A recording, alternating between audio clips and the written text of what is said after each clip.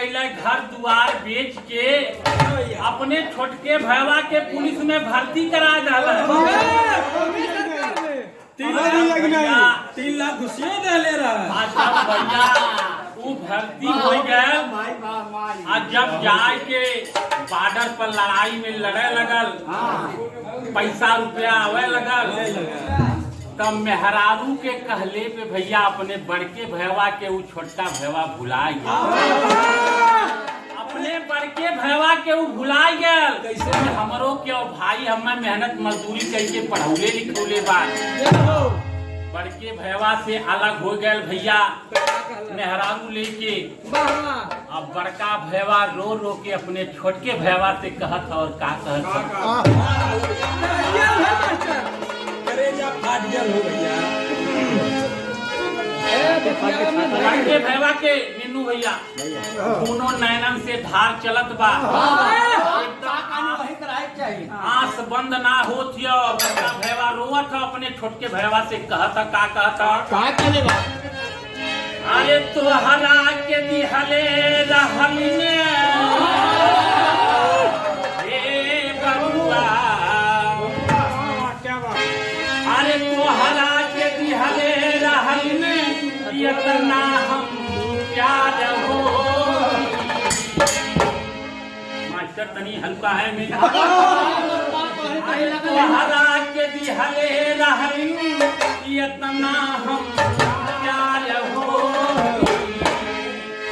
काहे भूली गईला भाई, काहे भूली गईला बबुआ, अरे भैया के काहे भूली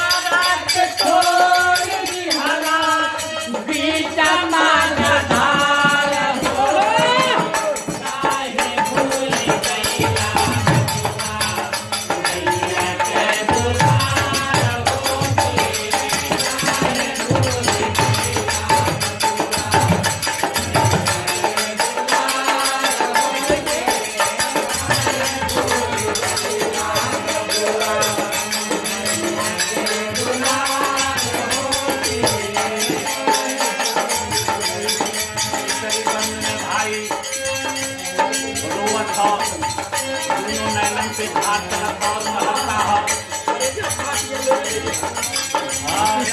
हो।